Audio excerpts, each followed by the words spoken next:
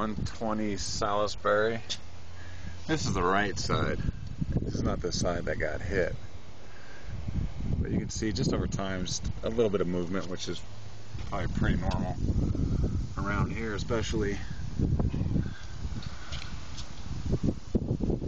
When you look on this side,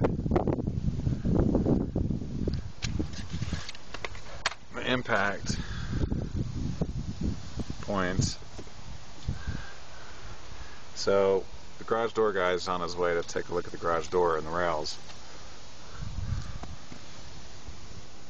You can see it's about an 1/8 inch off here, which is about the same as the other side.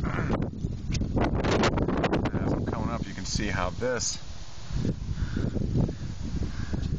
right here has blown out. There's usually about an inch gap behind the brick when they build it.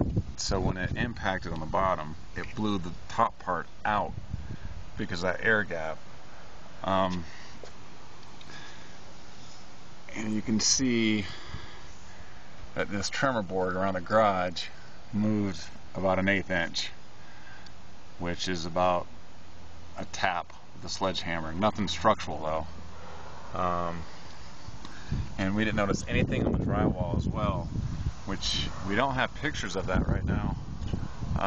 We weren't able to catch the homeowner today, but we certainly can catch up with her later on down the road. But I think the issue here is the brick and the panels of the garage door.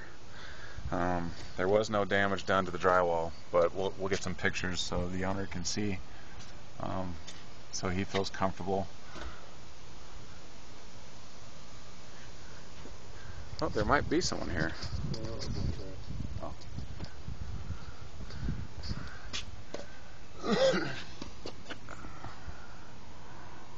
So you can see the caulk line right there. It's moved about an 1/8 of an inch. But we put the level on there. I'll send some photos of the level, and the bubbles all pretty much consistent. Well, they are consistent from that trimmer,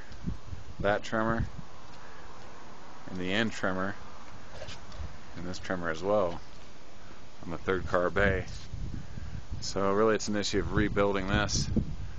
Unfortunately, you can't just do a section of it. You have to do it all, and you can't get these bricks anymore. So our masonry guy would make that look good using the same bricks that are there. So it's just basically got to be taken down and put back up.